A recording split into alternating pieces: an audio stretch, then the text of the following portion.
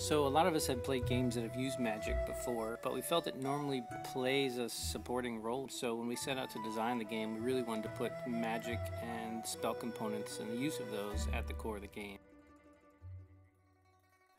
We wanted to build a game where players would compete in amazing real-time spell battles and have all these awesome particle effects and smoke just flying out of chaos as if you were in an actual magic melee.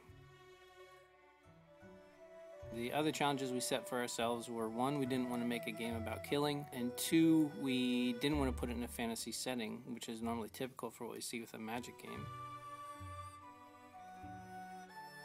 So in the end, what we came up with for the design was a game that uses the elemental concepts of traditional Chinese medicine and the thought of using these type of spells as cures and defenses and attacks and healing, and then putting that into a theme and in a locale like ancient China was a perfect fit. Players assume the role of Pipa, a feisty 19-year-old girl who is on a journey to confront a great evil that has plagued her small mountain village and its surrounding lands for centuries. Players must climb the high peaks of Wudang Mountain, where there is said to exist 5 ancient monasteries. Only here can you unlock the secrets needed to wield a powerful ancient elemental magic known as the Sha. You must master this ancient art and then use what you learn to free the trapped souls of an ancient sect of mountain warrior monks, who are known as the Shaman.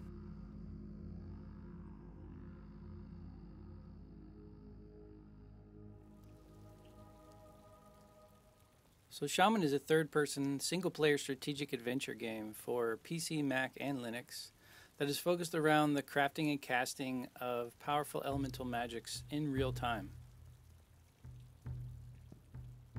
In Shaman, dormant magic takes the physical form of small disc-like cakes called seals. These seals are created when certain components are magically bonded in a process called forging. The components are encased in metal or clay and then marked or stamped with magical runes to identify their ability. The shape in the center of the seal identifies the elemental school to which the spell originates from.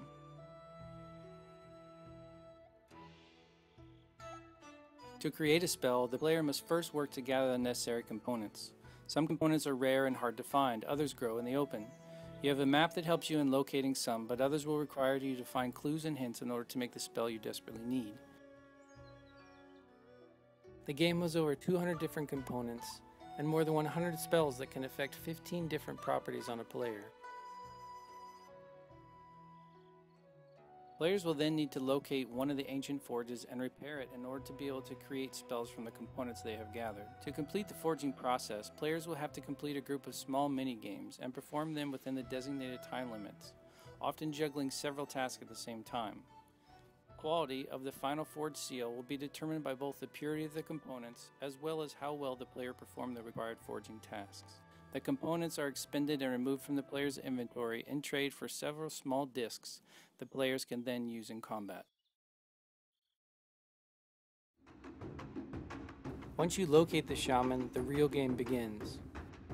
We designed a new 3-stage magic system for Shaman called Counter Power Effect. It's designed both for the speed and simplicity required for real-time battles and is supported just underneath by a deeper system that requires a high level of experience to master.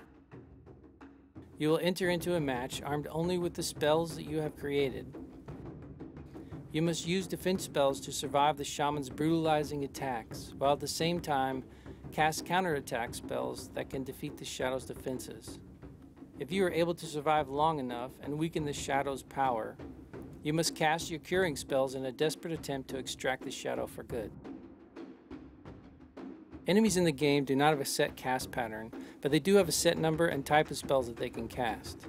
You will often need to encounter them numerous times before you can really learn their full capabilities and design an effective counter strategy. Once players are successful in casting out the Shadow, the Shaman's soul will finally be free to rest after 2,000 years of torture. However, extracting the Shadow does not destroy it. It will free further up the mountain to strengthen the next Shaman in line. Once all 18 Shaman have been freed, the Shadows will rejoin and the last Immortal will reform on the summit.